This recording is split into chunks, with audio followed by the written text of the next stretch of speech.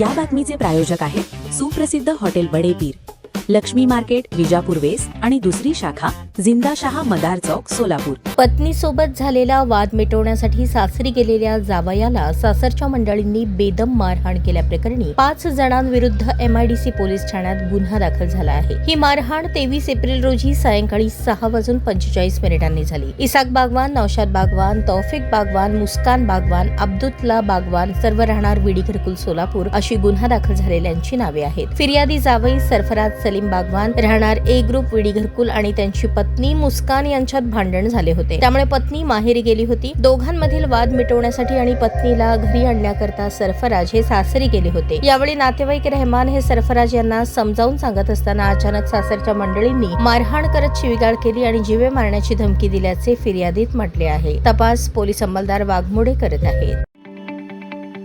ताज्या बातम्या पाहण्यासाठी प्राईम महाराष्ट्र न्यूज चॅनलला सबस्क्राईब करा.